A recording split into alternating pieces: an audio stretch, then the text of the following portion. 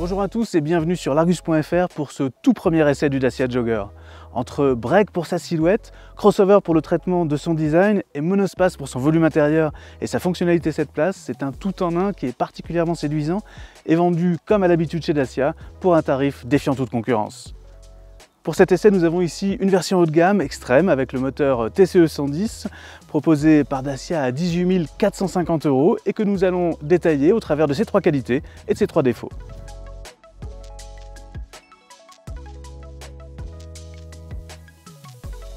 Même s'il cherche à séduire une clientèle issue des Logan MCV, Docker et autres Logi, qui d'ailleurs va être arrêté au cours de l'année, le Jogger trouve une véritable personnalité qui a été habilement construite sur la base de la Sandero pour atteindre 4,55 m et lui donner une allure de véritable break crossover qui rappelle d'ailleurs assez fortement un certain Volvo XC70, notamment dans sa partie arrière.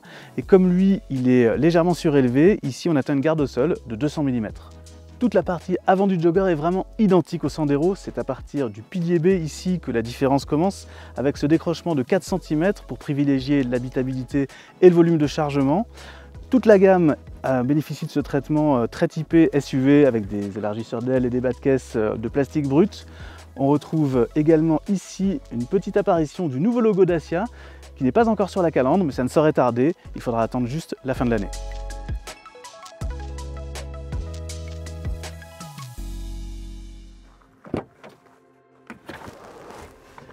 Grâce au grand empattement de 2,90 m, les places arrière offrent un espace vraiment très confortable. On a beaucoup de place pour les jambes, mais d'autant plus qu'on peut très facilement allonger les pieds sous les sièges avant qui sont assez hauts. On bénéficie de petites tablettes qui permettent pour les enfants de jouer ou les adultes de lire ou de travailler. Une excellente garde au toit, malgré le fait que la banquette est surélevée par rapport aux places avant, ce qui est très agréable parce que ça permet d'avoir une vision panoramique vers l'avant de la voiture. L'accès aux places de troisième rang est facilité par les larges portes arrière de 1,10 m et la banquette de deuxième rang qui bascule très facilement. On est vraiment surpris en tant qu'adulte de trouver un espace tout à fait suffisant en troisième rang avec une bonne garde au toit, suffisamment de place pour les jambes puisqu'on peut glisser les pieds sous la banquette de deuxième rang et on a même droit à un petit bonus, les vitres de custode que l'on peut entrouvrir. En toute logique, en configuration 7 places, l'espace dévolu au bagage est très limité, 160 litres en l'occurrence, mais il est facile de l'augmenter jusqu'à 565 litres une fois que l'on a replié individuellement les deux sièges de troisième rang. Un volume qui peut être porté à 696 litres si l'on retire ces deux sièges individuels qui sont très faciles à manœuvrer et vraiment légers, moins de 10 kg chacun. Possible de replier bien sûr la banquette centrale pour arriver à un volume total de plus de 1800 litres.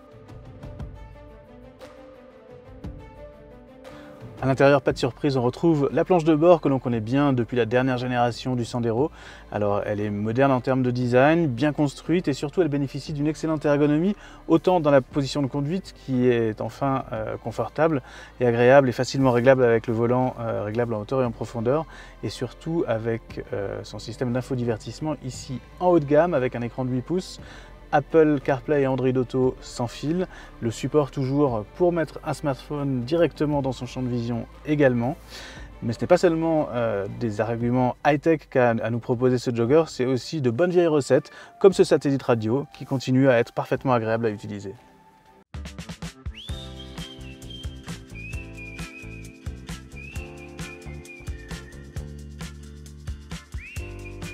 Il y a une chose qui surprend vraiment quand on prend le volant de cette version équipée du TCE 110 chevaux, 3 cylindres turbo, nouveau moteur dans la gamme Dacia, c'est le bruit qu'il émet. C'est un 3 cylindres franchement sonore. L'insonorisation pourrait être un petit peu plus soignée. Il est toujours très présent à l'oreille, pas forcément très agréable, un peu rugueux, parfois manquant de douceur. C'est pas la chose la plus réussie dans cette auto, c'est un petit peu dommage. Cela dit, ce moteur avec ses 110 chevaux est suffisant pour pouvoir entraîner la tonne 2 de cette voiture qui reste une voiture vraiment légère.